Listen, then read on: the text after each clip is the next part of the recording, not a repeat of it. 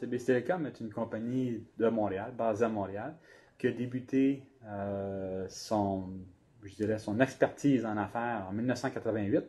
Ça s'est fait en réalité chez le propriétaire actuel, qui est Jeffrey Speak.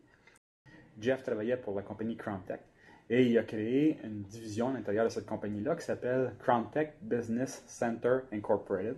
Pour ceux qui sont toujours demandés que veut dire la signification de CBCI, à ce moment-là, quand Jeff a débuté la compagnie, il faut comprendre, il faut se remettre un peu dans les années 80, fin des années 80. Donc, en 1988, on débutait avec le domaine du cellulaire. Donc, l'un des premiers produits qui a été promu à l'intérieur du côté business de CBC Telecom, c'était les téléphones cellulaires. Par la suite, en 1992-93, on a vraiment eu une vision de la vidéoconférence. On a commencé vraiment à développer de la vidéoconférence. Il faut encore là retourner dans le temps. C'était vraiment pas connu. C'était quelque chose de très nouveau. C'était très avant-gardiste. Alors, CBC Telecom a commencé à s'associer avec différentes firmes d'ingénierie pour développer son propre produit de vidéoconférence. C'est ce qu'on a fait. En 93, 94, 95, on a développé notre propre technologie. On s'est associé avec British Telecom, BT. Et on a également, moi je peux dire, un peu grandi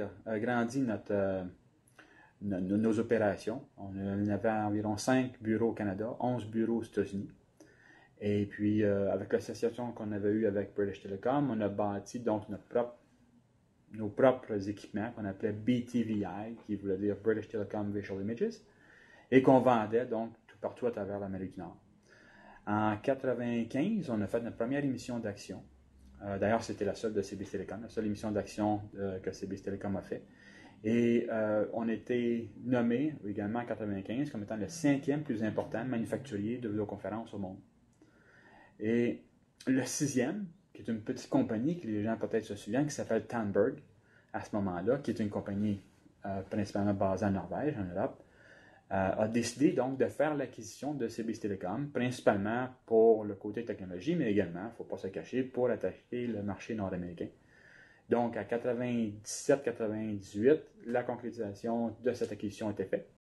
Alors, Jeff a décidé simplement, après un an, de racheter le nom CBC Telecom, la division Télécom, et de retourner donc comme étant une entité privée. Tandberg a continué dans sa direction et CBC Telecom a continué dans leur direction. C'est pour ça que le nom a changé de CBC Telecom à CBC Telecom Canada Inc., maintenant notre nom officiel.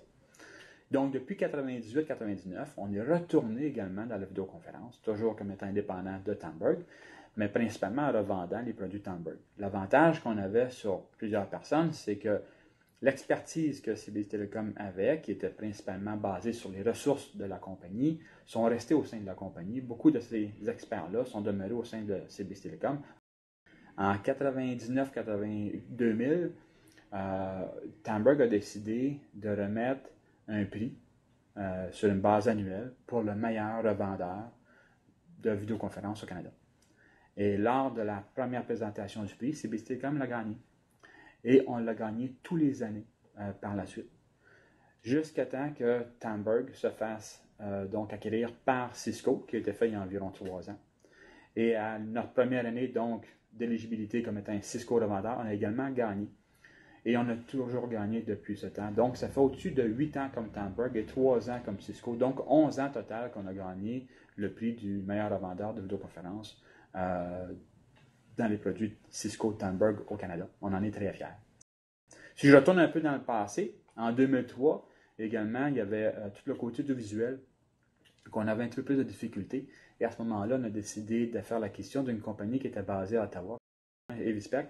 On a fait l'acquisition de cette entreprise-là en 2003, ce qui nous a permis vraiment d'aller chercher une expertise très pointue au point de vue de l'audiovisuel, au point de vue de l'intégration Cresta.